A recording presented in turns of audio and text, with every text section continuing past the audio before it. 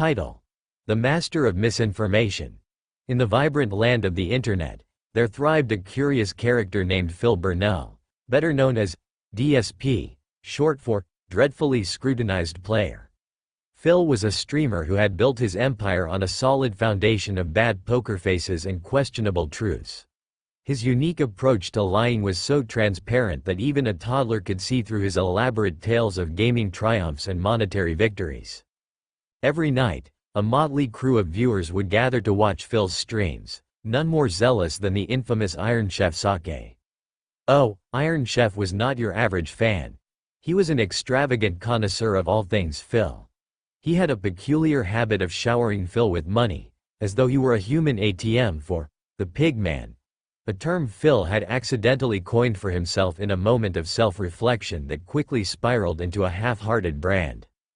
Iron Chef believed that if he contributed enough, Phil would eventually take notice and elevate him from fan to friend. Sadly for Sake, Phil's only interest in him was his generous cash injections, which funded Phil's once ambitious goals, now reduced to a near-constant streaming of mediocre gameplay and lame excuses. Phil had unintentionally stumbled onto a winning formula: 2 cameras set up in his cramped gaming room, producing angles that displayed his fiery personality, or, more accurately, his floppy, man boobs. Jiggle. It was an absurd sight, but to the few who reveled in the spectacle, especially Iron Chef, it was nothing short of cinematic gold. Who wouldn't want to see a disheveled man wrestling with the realities of his own physique while gaming at the same time? On one fateful evening, Phil decided to push the envelope of his hoggish antics. Sporting a faded t-shirt that could only be described as distressed, and a hat that vaguely resembled a supermarket brand, he began his stream with a customary, "Hey, losers," to his loyal audience. Little did he know that his honesty meter was about to go haywire. "Tonight, we're going to conquer the world," he proclaimed, somewhat ambiguously, looking at Iron Chef through the camera with an exaggerated wink. In his mind, Phil imagined that by conquering, he meant cleaning his room. In truth, he was just about to do battle with a difficult game that he had pretended to enjoy for weeks. Iron Chef was watching, heart racing, dollar bills in hand. This is it, he thought, convinced that Phil would finally acknowledge him as a real bro.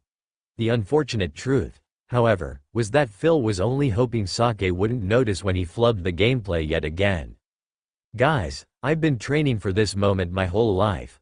No joke," Phil claimed while tripping over his game controller and nearly crashing into his overflowing laundry pile. "I mean, I used to be an actual professional gamer." And there it was, the classic Phil Burnell lie, one that had been recycled countless times. But this night, for the first time, the audience wasn't responding the way he expected. Chat was lighting up with laughter rather than cheers, and Iron Chef's ecstatic enthusiasm waned as he typed, "But Phil, I saw you play last weekend."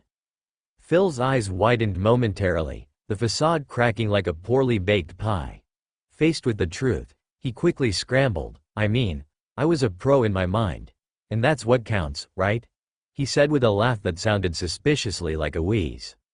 Sake, undeterred and ever the optimist, filled the donation jar again, despite knowing full well he was being strung along. "Phil, you're the best, show me your man boobs again," he eagerly typed, seemingly oblivious to the growing absurdity of it all. Phil complied, giving his audience not one but 2 angles of his spontaneous jiggle dance, each more exaggerated than the last. The chat erupted in hysterics, and suddenly what had begun as a terribly overwritten lore of lies evolved into a titanic wreck of slapstick comedy. After the stream, in the dim glow of his double camera setup, Phil slumped back in his chair, scrolling through the chat highlights. He read them with a mix of confusion and bemusement. Was he really that horrible of a liar? Why did he keep leading on Iron Chef Sake and his dedicated crew? Maybe, just maybe, he wasn't so much a pig man as he was a pigeon man, feeding off the breadcrumbs of his viewers' gullibility whilst doing just enough to keep them entertained. Regardless, as long as Iron Chef Sake kept the dollar bills flowing, Phil would keep serving up his outrageous antics, horrible lies and all.